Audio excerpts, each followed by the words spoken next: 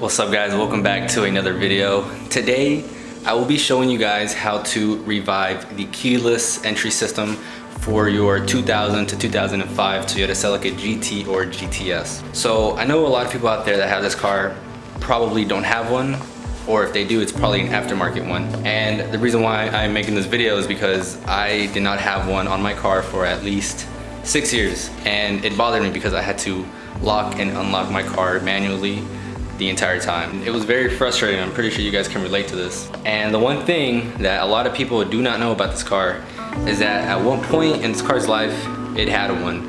It's just that the people that own them usually take them out, they replace them with an aftermarket one, and then that aftermarket one usually gets taken out. I don't know how it works out. Mine apparently had one, but when I got the car, it didn't come with the remote. So before I get into it, please take out your notepad, write this down if you have to, because it can get a little bit confusing. I got a little bit confused about it at the beginning, but it's really not hard, it's very simple. The one thing the car needs for this to work is the receiver. It is a box that goes near the driver's side in the back where the speakers are at.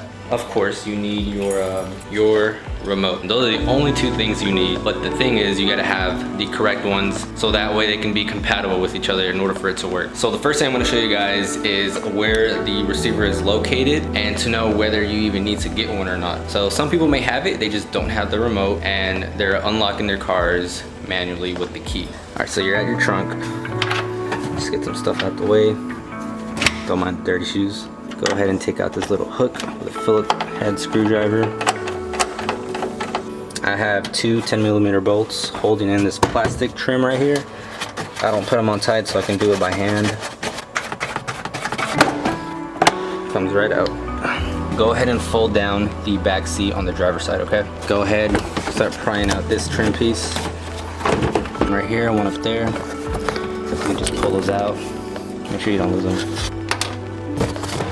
Go ahead and pull this out, and then you come over here where this hook is at, which clips onto the back seat to make it lock in place. There are two 10mm bolts right here. You go ahead and take those off.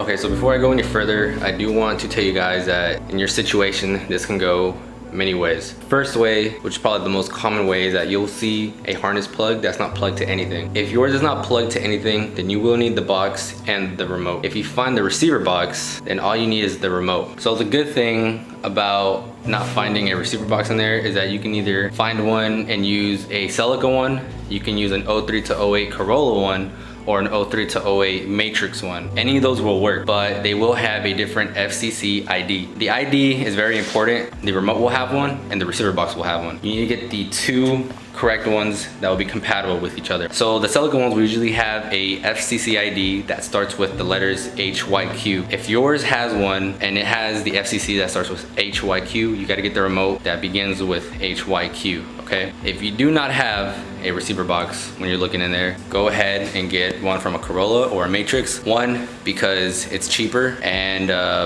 well, I mean, that's pretty much it. It's a lot cheaper. I've seen the Celica ones online. I found one on eBay, the one that begins with the HYQ, and that one was like $100. I go ahead and I find a Matrix one. It was only 20 bucks, I think. It was like 20 bucks. The remote, I got it for $10. So the whole thing, total tax and shipping to my house, the remote and the receiver box was $32. So it was super cheap and it worked. All right, so going back to the trunk, last thing you gotta do is just pry out this panel, and the box looks like this. This one is the Matrix one that I bought. If you do not find a box here, look more ahead where the speaker's at. You might find one somewhere around there, I'm not too sure. But if you don't find anything, just look for a harness plug that's not connected to anything, and it should look like this.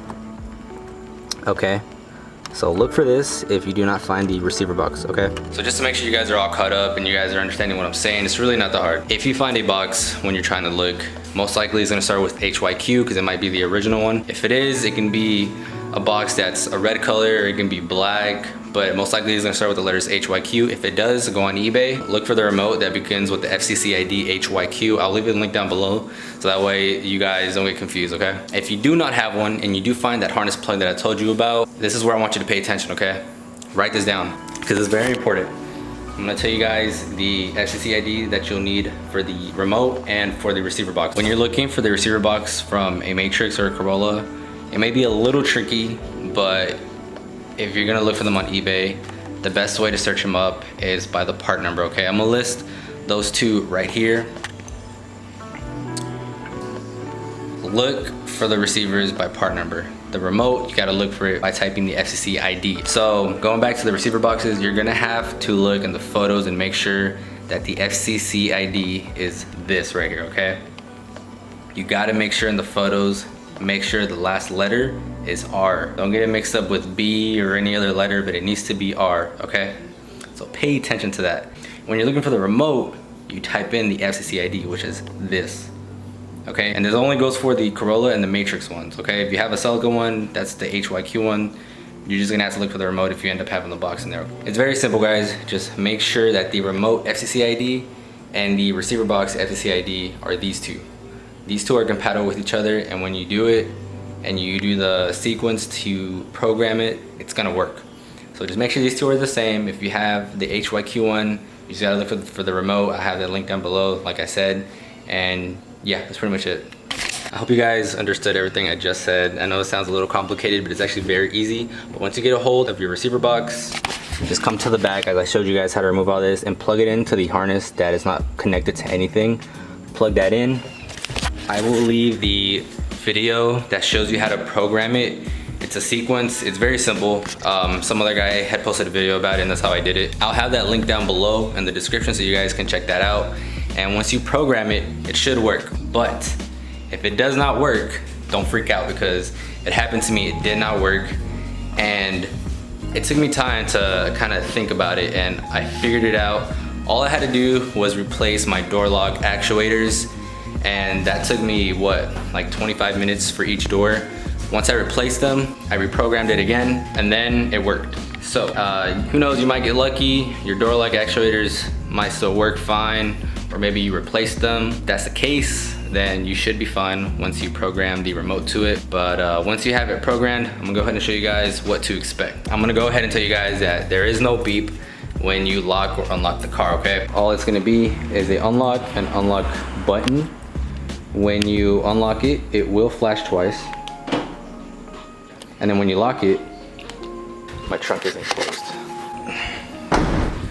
And once you lock it, it will flash once. So unlock, twice, lock, once, okay? Your parking lights will flash, your side marker lights will flash, and then going onto the back, your tail lights and your license plate lights will turn on.